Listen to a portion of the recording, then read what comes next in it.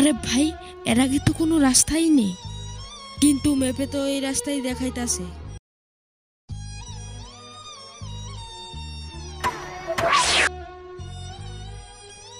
আমার হাত ধরো।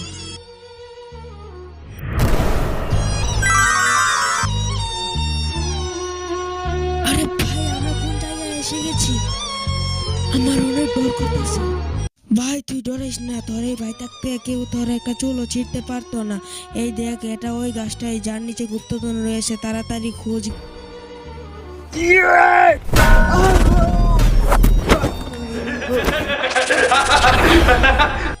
থামো। এই গুপ্তধন পেতে হলে তোমাদের দুজনের মধ্যে যে কোনো একজনের শরীর বা মাথা আমাকে দিতে হবে। মাথা চাই না, শরীর।